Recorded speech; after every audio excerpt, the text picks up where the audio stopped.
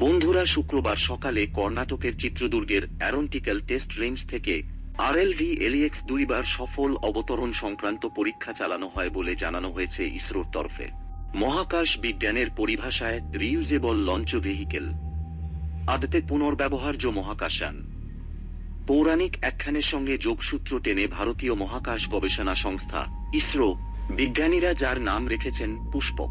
লঙ্কার রাজা রাবণের বাহন পুষ্পক রথের এই সমনামীর এবার সফল পরীক্ষা করলেন ইসরোর বিজ্ঞানীরা।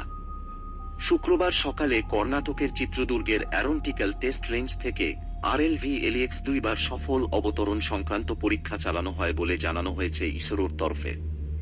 পৃথিবীর বায়ুমণ্ডলীয় ক্ষেত্রের বাইরে পাঠানো পুষ্পককে সফলভাবে অবতরণ ক্ষেত্রে ফিরিয়ে আনা হয়। ইসরো প্রধান এস সোমনাথের দাবি, এই সফল পরীক্ষার মাধ্যমে সস্তায় মহাকাশ অভিযান এবং মহাকাশ দূষণ নিয়ন্ত্রণের ক্ষেত্রে একটি বড় পদক্ষেপ করল ভারত। কারণ পুষ্পকের মতো RLV-কে মহাকাশ থেকে মাটিতে ফেরত আনার প্রযুক্তি ভারতের হাতে চলে এল।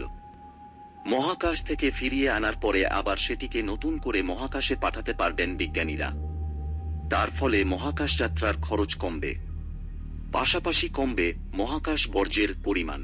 বন্ধুরা, মহাকাশ সম্বন্ধে নতুন নতুন আপডেট পেতে চ্যানেলটিকে সাবস্ক্রাইব করুন পরবর্তী ভিডিও দেখার জন্য।